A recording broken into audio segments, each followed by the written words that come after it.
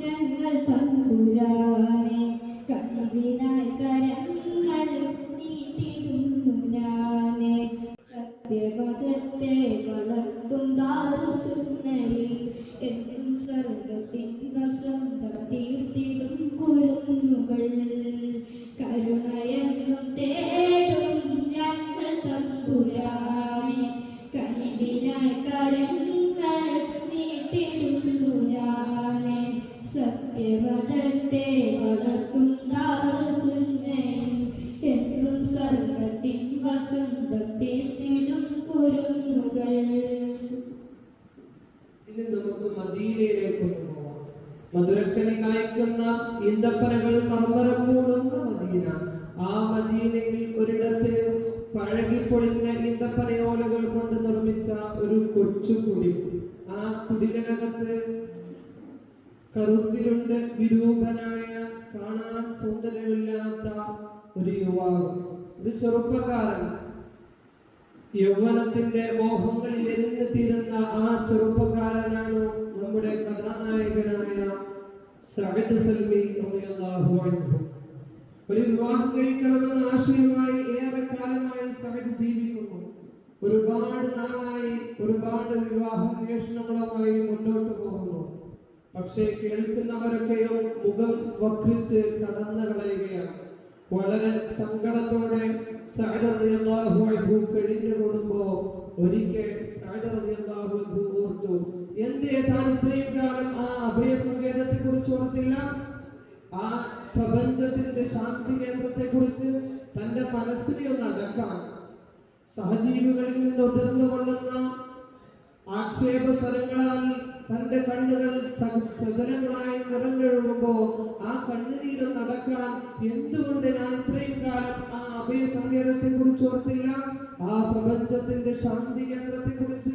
അങ്ങനെ എല്ലാം തീരുമാനിച്ചുറപ്പിച്ച് സഅദ് റളിയല്ലാഹു അൻഹു വീടിന്റെ പടികൾ ഇറങ്ങുകയാണ് തന്റെ ആ അഭയ സങ്കേതത്തിലേക്ക്. ആരാണെന്നോ ആ ആശാകേന്ദ്രം, ആരാണെന്നോ ആ അഭയകേന്ദ്രം? പാരിലെ പൊന്നിധി ആരിലും തെങ്കനി തനിയേകുന്നോരിൽ സയ്യിദാൻ നബി ആരിലും മാതൃക ഏകിടും താരകം ആരിലും മാതൃക ഏകിടും താരകം ദീനിൻ മാർഗം കാട്ടിയ സയ്യിദി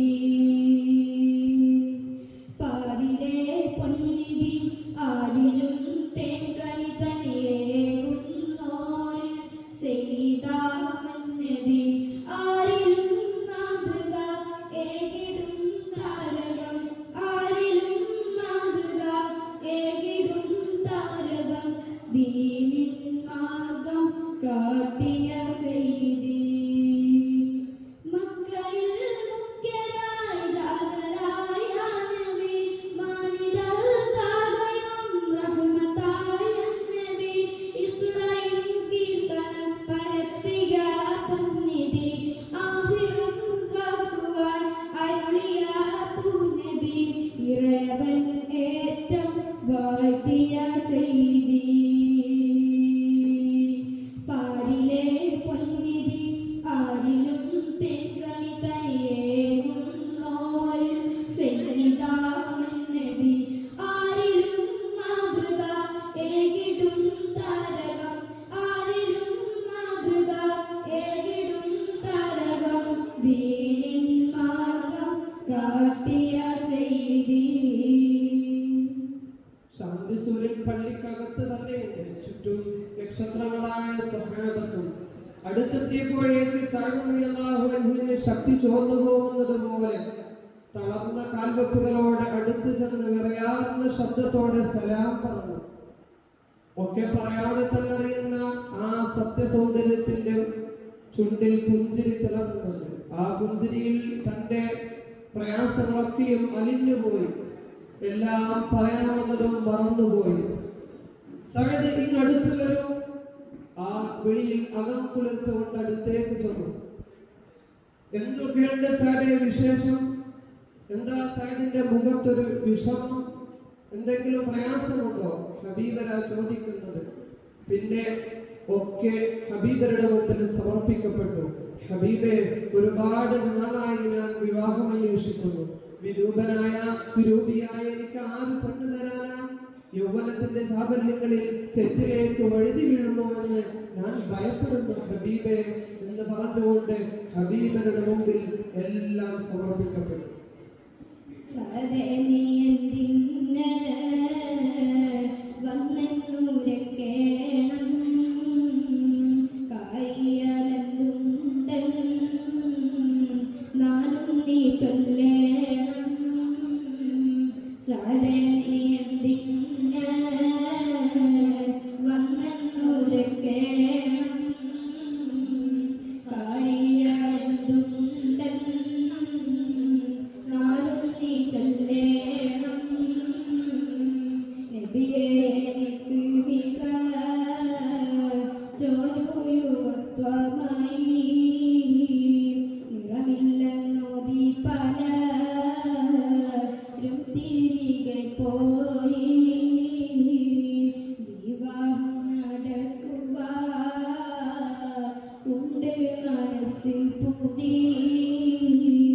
വിജയം വരിച്ചില്ലെങ്കിൽ ഞാനായിടും പാടി സാധനയെന്തിന്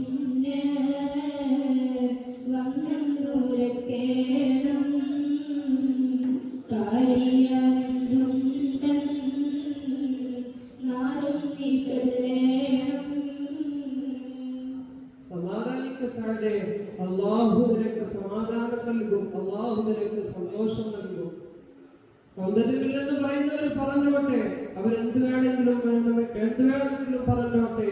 നിന്നെ തേടി 1000 സൗന്ദര്യരാണിമാർ കൂട്ടം കൂട്ടമായി വരും. അതുപോലെ സാധിന് മതി അള്ളാഹുവിന്റെ ദൂതരെ, അള്ളാഹുവും അവിടുത്തെ റസൂലും എന്നെ ഇഷ്ടപ്പെട്ടാൽ അതിലേറെ എനിക്ക് മറ്റൊന്ന് ലഭിക്കാനാണ്.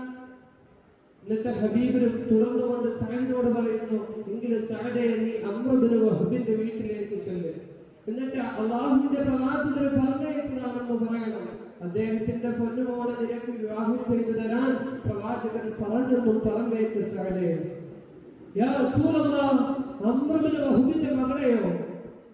സഅദ് പെടുന്നനെ നിഷ്കളമായി നിന്നുപോയി. സ്വഹാബാക്കളും തല്ലിയുടെ വിസ്മയിച്ചു പോയി. മദീനയിലെ കോടീശ്വരനാണ് അംർ ഇബ്നു വഹബ്.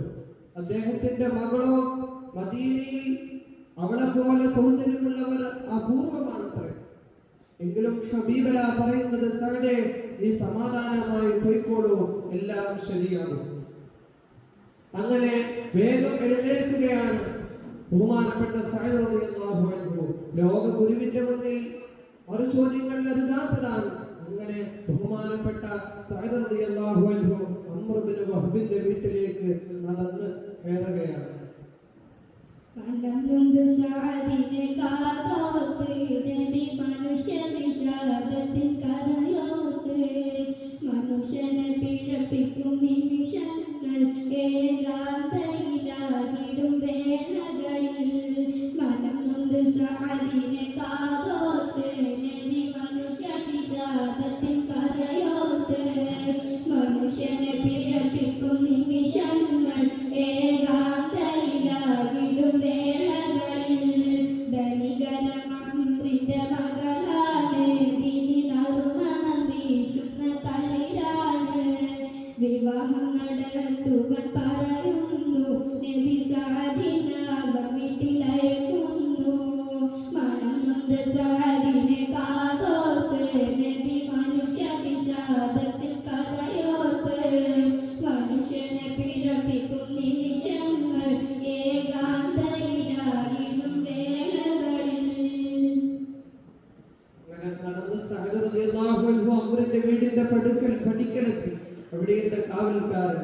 ഹബീബിന്റെ ദൂതരാണെന്ന് പറഞ്ഞപ്പോ ബംഗ്ലാവിനുള്ളിലേക്ക് കടന്നു ചെന്ന് കാവൽക്കാരൻ അംറിനെ വിവരമറിയിച്ചു. സന്തോഷത്തോടുകൂടെ അള്ളാഹുവിന്റെ തിരുദൂതരുടെ ദൂതരെ സ്വീകരിക്കാൻ വേണ്ടി അംർ ഇബ്നു വഹബ് കടന്നു വന്നു. സന്തോഷത്തോടെ സ്വീകരിച്ചുകൊണ്ട് തന്റെ ബംഗ്ലാവിനുള്ളിലേക്ക് പ്രവേശിപ്പിച്ചു. അങ്ങനെ അവിടെ ചെന്നുകൊണ്ട് നല്ല സുന്ദരമായ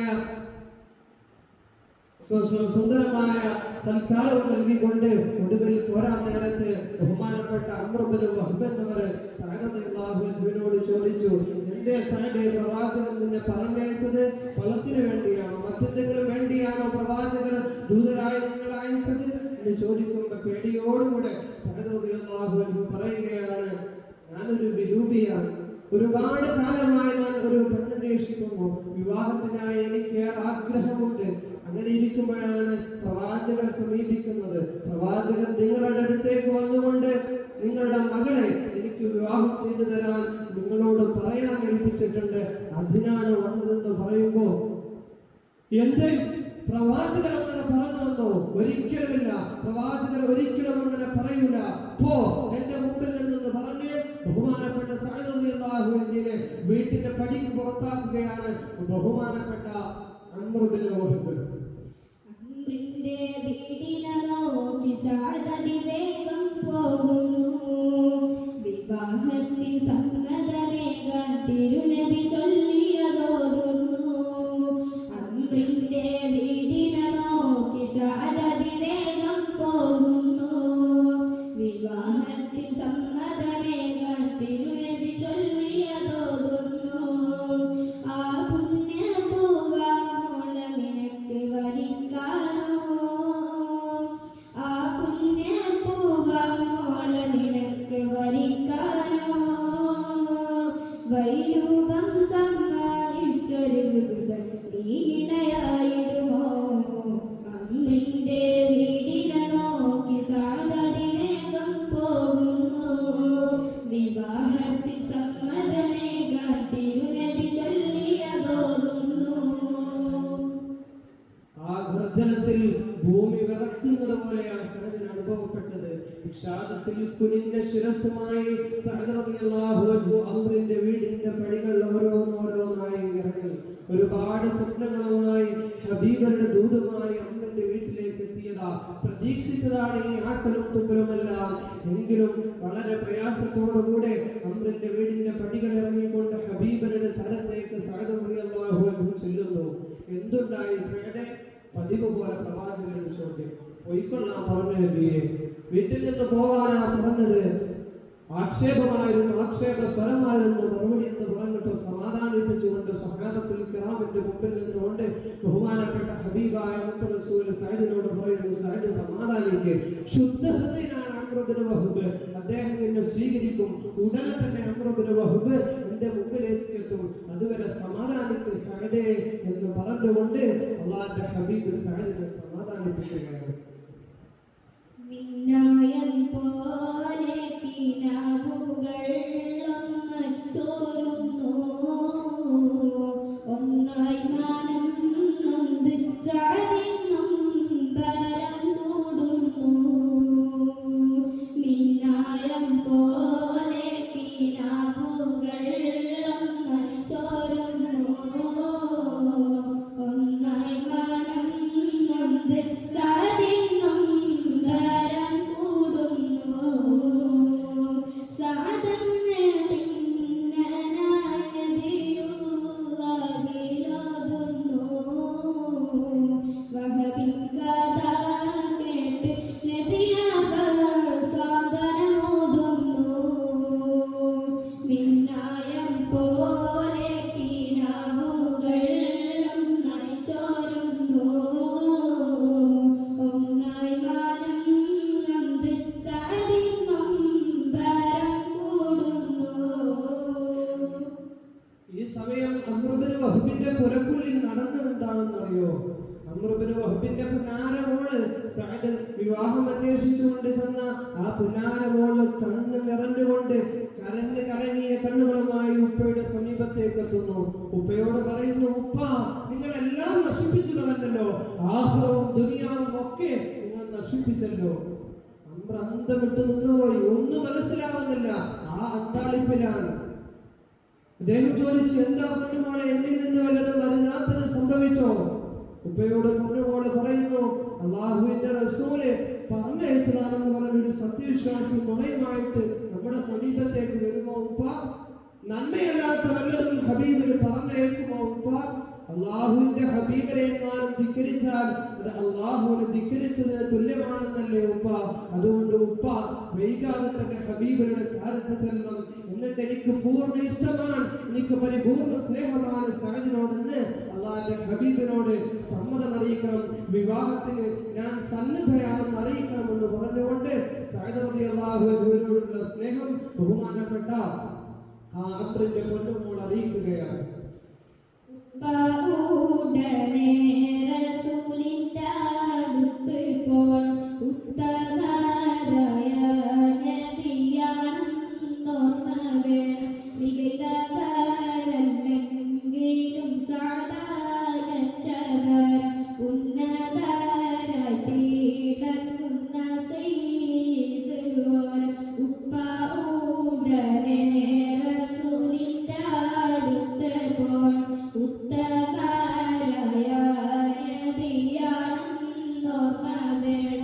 മികച്ചവരല്ലെങ്കിലും സദായച്ചവർ ഉന്നതരായി തിളങ്ങുന്ന സെയ്തോരാ. ക്ഷമിക്കുമോളെ, ഇതിൽ നിന്നരുതാത്തതെന്തോ സംഭവിച്ചു പോയി. ഇനി പുന്നാര ഹബീബ് എനിക്ക് മാപ്പ് നൽകുമോ? ഉപ്പ, ധിക്കാരികളോട് പോലും ശത്രുക്കളോട് പോലും സ്നേഹത്തോടെ വർദ്ധിച്ചവരല്ലേ പ്രവാചകർ. അങ്ങേക്ക് എന്തായാലും മാപ്പ് നൽകും. ഇത് കേട്ട് ബഹുമാനപ്പെട്ട അംർ ഇബ്നു വഹബ് റളിയല്ലാഹു അൻഹു ഹബീബിന്റെ ചാരത്തേക്ക് ചെല്ലുന്നു. അങ്ങനെ ഹബീബിന്റെ കരം ഗ്രഹിച്ചുകൊണ്ട് അവിടുത്തെ കൈ ചുംബിച്ചുകൊണ്ട് അല്ലാഹുവിന്റെ ഹബീബിനോട് മാപ്പ് ചോദിച്ചുകൊണ്ട് പറയുന്നു, എനിക്കും എന്റെ മോൾക്കും പരിപൂർണ്ണ ഇഷ്ടമാണ് സഅദിനെ, പരിപൂർണ്ണ ഇഷ്ടമാണെന്ന് പറഞ്ഞ് വിവാഹത്തിന്റെ ദിവസവും നിശ്ചയിച്ചുകൊണ്ടാണ് ബഹുമാനപ്പെട്ട അംർ ഇബ്നു വഹബ് വീട്ടിലേക്ക് മടങ്ങുന്നത്. വല്ലാത്ത സന്തോഷമായ സഅദിനെ തന്റെ മുന്നിൽ ആ ഭാഗ്യത്തിന്റെ പരദീസം തുറക്കപ്പെടുന്നത് വളരെയേറെ അവിശ്വസനീയതയോടെ സഅദ് ഓർത്തുപോയി. ഇനി പണം വേണം, വിവാഹത്തിന് ഉടുക്കാൻ പുത്തനുടുപ്പ് വേണം, മഹറിന് നൽകാനും പണം വേണം. എന്തുണ്ട് മാർഗം? അതും അല്ലാഹുവിന്റെ ഹബീബിന്റെ സന്നിധിയിൽ കെട്ടഴിക്കപ്പെടുന്നു. അവിടുന്ന് പറയുന്നു, ഉസ്മാൻ ഇബ്നു അഫ്ഫാന്റെ ചാരത്തേക്ക് ചെല്ലണം. ഉസ്മാൻ റളിയല്ലാഹു അൻഹുവിന്റെ അരികെ ചെന്നപ്പോൾ ഒരു വലിയ പണക്കിഴിയാണ് സമ്മാനിച്ചത്. അതുമായി അങ്ങാടിയിലേക്ക് ചെല്ലുമ്പോൾ ഒരു വിളംബരം കേൾക്കുന്നു. പ്രവാചകർ യുദ്ധത്തിനൊരുങ്ങുകയാണ്, ശത്രു സൈന്യം മദീനയിലോട് അടുക്കുന്നു എന്ന് വാർത്ത കേൾക്കുമ്പോൾ ഒരു ഈന്തപ്പനയുടെ ചുവട്ടിലിരുന്നുകൊണ്ട് ആ പണക്കിഴി തുറന്ന് എണ്ണി നോക്കുന്നു സഅദ് റളിയല്ലാഹു അൻഹു. അങ്ങനെ എന്തോ തീരുമാനിച്ചതുപോലെ നടന്നകലുന്നു സഅദ് റളിയല്ലാഹു അൻഹു. പിറ്റേന്ന് നേരം പുലർന്നു, യുദ്ധം കൊടുമ്പിരി കൊള്ളുകയാണ്, യുദ്ധക്കളം സജീവമാവുകയാണ്. ആ പടക്കളത്തിൽ പടവാളങ്ങളുടെ ശീൽക്കാലവും തക്ബീറുകളുടെ ചമൽക്കാരവും പ്രോജ്വലിച്ചു നിൽക്കുമ്പോ ആ ശത്രു സൈന്യത്തിലേക്ക് ദൂരെ നിന്നൊരു പടത്തലവൻ ഒരു പടക്കുതിരയുടെ മുകളിൽ ഒരു ധീരയോദ്ധാവ് മുഖംമൂടി അണിഞ്ഞുകൊണ്ട് കടന്നു വരികയാണ്. ആരായിരുന്നു ആ ധീരയോദ്ധാവ് എന്നല്ലേ സ്വഹാബകൾ അറിയുന്നില്ല.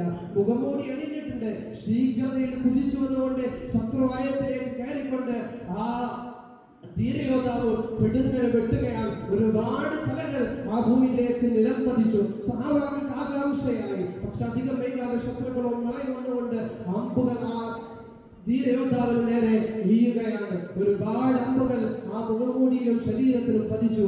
ആ ധീരയോദ്ധാവ് കുതിരപ്പുറത്ത് നിന്ന് വീഴുന്നതിന് മുമ്പേ സഹാബാക്കൾ ചെന്നുകൊണ്ട് ശത്രുക്കളെ തുരത്തി ഓടിച്ചു. അങ്ങനെ ആ യുദ്ധം അവസാനിച്ചു. യുദ്ധം കഴിഞ്ഞപ്പോൾ സഹാബത്തിന് ആകാംക്ഷയാണ്, ആരായിരിക്കും ആ മുഖംമൂടി അണിഞ്ഞ ധീരയോദ്ധാവ്? സഹാബാക്കൾ ചുറ്റും കൂടി ഒപ്പം പ്രവാചകർ. അങ്ങനെ അവർ ആ മുഖംമൂടി തുറന്നു നോക്കുമ്പോ ആരായിരുന്നു ആ ധീരയോദ്ധാവ്?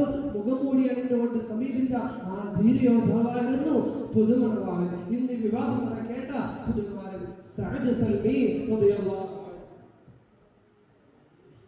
കാഫിറിൻ കൂട്ടം കണ്ട് കാടത്തമ്മേൽ കണ്ട് കടുത്തരം സഅദിന്റെ ഘടകമുയർന്നു. കടുത്തരം കുഫറിന്റെ ശിരസ് പിളർന്നു.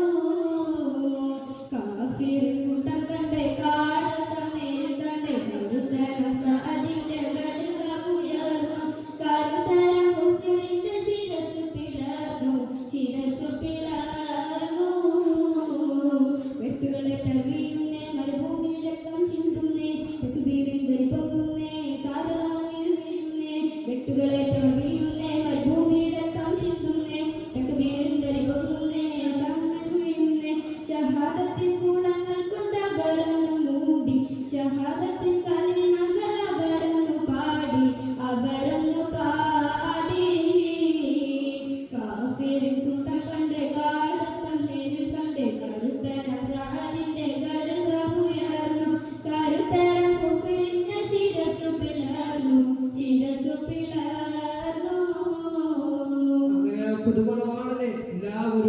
ഖബറിലേക്ക് ഇറക്കി വെച്ചു. പൊന്നാര നബി തങ്ങൾ പറഞ്ഞു, എന്തൊരു ആത്മാർത്ഥതയാണ് സഅദിന്, എന്തൊരു ആത്മാർത്ഥതയാണ് സഅദിന്.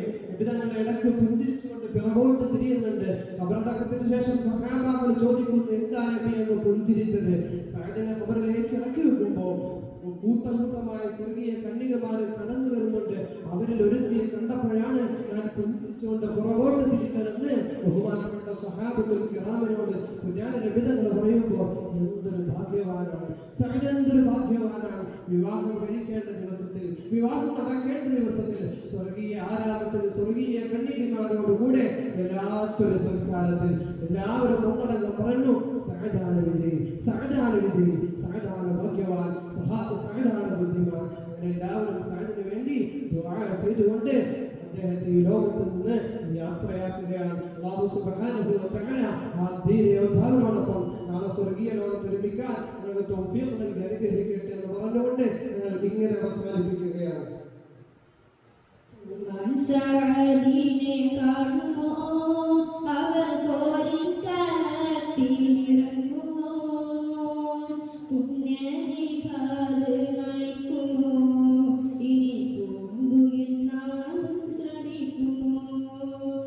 പൂമാൻ സഅദിനെ കാണുമോ, അവർ പോരിൻ കളത്തിലിറങ്ങുമോ, പുണ്യ ജിഹാദ് നയിക്കുമോ, ഇനി പൂങ്കുയിൽ നാളും ശ്രമിക്കുമോ. ആരും ഭയക്കും ഖബറിൻ നീരോട്ടിൽ, ആരും ഭയക്കും ഖബറിൻ നീരോട്ടിൽ, പോയി കിടന്നുവല്ലോ മഹാൻ ഞങ്ങൾ വന്നിടും മണ്ണറ കാട്ടില്, ചാത് പോയി കിടക്കുന്ന വീട്ടില്, പോവേണം നമ്മൾക്കും ചേരില്, അസ്റായിൽ വിളിക്കും